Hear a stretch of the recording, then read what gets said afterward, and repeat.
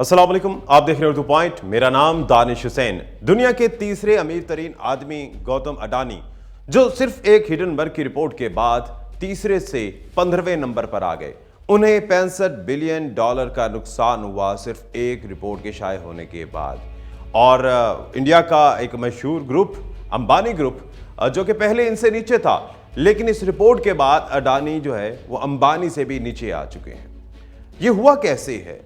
Hindenburg है क्या? ये किस तरह से काम करती है और किस तरह से कंपनी को नुकसान पहुंचाती है, और कंपनी किस तरह से दूसरी कंपनी के नुकसान से मुनाफा कमाती है? ये बड़ी दिलचस्प कहानी है हिडनबर्ग की, ये आपको बताते हैं। लेकिन हिडनबर्ग का नाम क्या है, ये कहां से आया, किस तरह से काम करता है, इस पे पहले रोशनी डालते हैं। हिडनबर्ग दरअसल जर्मनी का एक ये जहाज था जो 1937 में हादसे का शिकार हुआ था। 35 लोग इसमें मारे गए थे। इस हादसे की एक बड़ी वजह यह थी कि इस जहाज में हाइड्रोजन गैस बहुत बड़ी मिकदार में थी, यानी कि फ्लेमेबल थी। और ये कहा जाता था तब कि इस हादसे को रोका जा सकता था। ये इंसानी गलती थी कि इतनी बड़ी तादाद में लोगों को एक ऐसे जहाज में क्यों बिठाया गया, क्योंकि इसमें 100 लोग सवार थे, जिसमें से 35 लोग मारे गए थे। तो इसी थ्योरी को लेते हुए 2017 में एक कंपनी बनती है जिसे हिडनबर्ग का नाम दिया जाता है। इस कंपनी का मोटिव भी यही होता है कि इंसानी गलती की वजह से नुकसान को रोका जा सकता है, और ये कंपनी फाइनेंशियल डिजास्टर्स को रोकने के लिए काम करती थी। यानी जो कंपनियां या जहां नुकसान हो रहा था, तो नुकसान से फायदा किस तरह से इन्वेस्टर्स उठा सकते हैं, ये कंपनी दरअसल उस पर काम करती थी। 2017 से लेकर आज तक इन्होंने बहुत बड़े केसेस जो हैं उसकी इन्वेस्टिगेशन की है, और जब वो केसेस या फाइनेंशियल रिपोर्ट्स की इन्वेस्टिगेशन हुई है तो यकीनी तौर पर उससे फिर बहुत बड़ा नुकसान हुआ। जिस तरह से अभी रिसेंटली अडानी ग्रुप को इतना बड़ा नुकसान हुआ कि $65 बिलियन जो हैं वो डूब गए हैं, और 3 नंबर से 15वें नंबर पर आ गए हैं। ये दरअसल हिडनबर्ग काम कैसे करता है? ये शॉर्ट सेलिंग के जरिए काम करता है। शॉर्ट सेलिंग से पहले मैं आपको ये बता दूं कि इस कंपनी ने एक दुनिया का सबसे बड़ा फ्रॉड भी पकड़ा था, जिसको बर्नी मैडॉफ फ्रॉड के नाम से जाना जाता है। और हिडनबर्ग कंपनी ने हैरी मार्कोपोलोस के साथ मिलकर ये फ्रॉड पकड़ा था। और आज भी अगर आप गूगल करें तो हैरी मार्कोपोलोस के नाम से ये बड़ा फ्रॉड जो है वो जाना जाता है। अच्छा, अब आ जाते हैं कि शॉर्ट सेलिंग होती क्या है। शॉर्ट सेलिंग ऐसी होती है कि आप नुकसान से भी फायदा उठाएं किसी कंपनी के। ये फॉरेक्स ट्रेड जो है उसमें भी अक्सर ऐसा होता है कि जब आपको पता चलता है, आपको टिप मिलती है कि ये कंपनी के शेयर्स जो हैं ये नीचे आएंगे आने वाले दिनों में, तो आप क्या करते हैं कि आप उसकी सेल पहले लगा देते हैं। उसके बाद जब वो कंपनी की रेट नीचे आता है तो आप उसकी परचेसिंग लगा देते हैं। तो जो हिस्सा बचता है वो आपका प्रॉफिट होता है, उससे जो टिप मिलता है वो अपना प्रॉफिट ले लेता है, जो आपको टिप देता है, और उसका एक स्प्रेड जिसको कहा जाता है, एक फीस होती है, जो फॉरेक्स के लोग हैं वो जानते हैं, वो निकलती है, और इस तरह से कंपनी जो है फ़ायदा उठाती हैं। इसी तरह से एक आम मिसाल ये भी है कि मिसाल के तौर पर किसी कंपनी का शेयर आप ख़रीदते हैं, वो शेयर है ₹3000 का, तो आप उससे वो 3000 उधारे नहीं लेंगे, आप उससे एक शेयर उधार ले लेंगे। आपको पता है कि इस कंपनी का रेट कल गिरेगा और 2000 या 1500 हो जाएगा।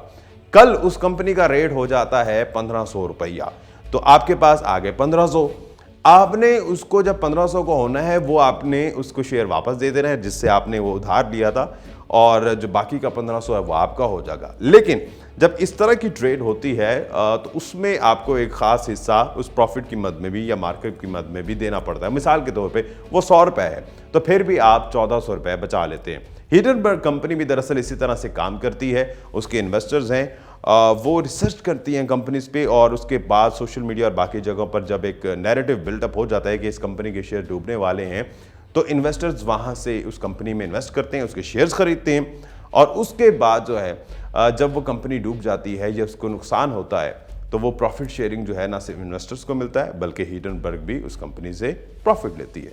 शॉर्ट सेलिंग और हिडनबर्ग का ये काम बिल्कुल लीगल है अमेरिका में। 5 सालों में 2017 से अब तक इन्होंने 45 ऐसी रिसर्च किए हैं, इन्वेस्टिगेशंस की हैं, और इनके जो रिजल्ट्स होते हैं वो 75% तक बताया जाता है। इसी वजह से लोग और इन्वेस्टर्स इन कंपनीज पर एतबार करते हैं, खासतौर पे हिडनबर्ग पे, और इनसे जो है वो डाटा खरीदा जाता है, और उसके बाद जो कंपनी डूब रही होती है उसके शेयर खरीदे जाते हैं। और सबसे दिलचस्प बात यह है कि हिडनबर्ग का कहीं पर कोई एड्रेस नहीं मेंशन। हिडनबर्ग ने निकोला नामी एक ईवी कंपनी थी, इलेक्ट्रिक व्हीकल कंपनी, उस पर रिसर्च की, और इस रिसर्च से पहले इस कंपनी की जो मालियत थी वो थी 34 मिलियन, और इसकी रिसर्च शाये होने के बाद इसकी मालियत जो है वो सिर्फ और सिर्फ 1.3 मिलियन रह चुकी थी।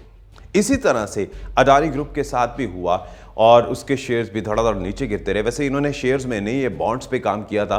वो किस तरह से किया था वो मैं आगे चल के बताता हूं, लेकिन यहां पर आपको ये बड़ी दिलचस्प बात ये भी बता दूं कि जिस कंपनी पर हिडनबर्ग रिसर्च करता है सिर्फ उसके शेयर नहीं गिरते बल्कि उन पर केसेस भी हो जाते हैं। हिडनबर्ग ने जब अडानी ग्रुप पर रिसर्च की तो अडानी ग्रुप के शेयर जो है वो 84% नीचे आ गए। और दरअसल हिडनबर्ग ने जो है इनके बॉन्ड्स पर रिसर्च की थी, क्योंकि जितने भी हिडनबर्ग के इन्वेस्टर्स हैं वो इंडिया में शेयर्स की खरीदो फरोख्त नहीं कर सकते, तो इन्होंने बॉन्ड्स पर रिसर्च की। और इस रिसर्च के बाद जो है इसकी डिवैल्यूएशन हुई और डिवैल्यूएशन के बाद जो है क्रेडिट स्विस नामी जो बैंक है, जो दुनिया का सबसे बड़ा बैंक है, उन्होंने जो अडानी ग्रुप के शेयर्स हैं और ख़ासतौर पे जो इनके बॉन्ड्स हैं उसकी वैल्यू को ज़ीरो करार दे दिया। यानी अगर आपने अडानी ग्रुप के बॉन्ड्स लेकर कहीं भी कोई कर्ज लिया है, कोई लोन लिया है, तो आपका वो लोन भी कैंसिल हो जाएगा, आपको उसके अलावा कुछ और रहना पड़ेगा या कुछ और उसके लिए क्रेडिबल चीज़ देनी पड़ेगी।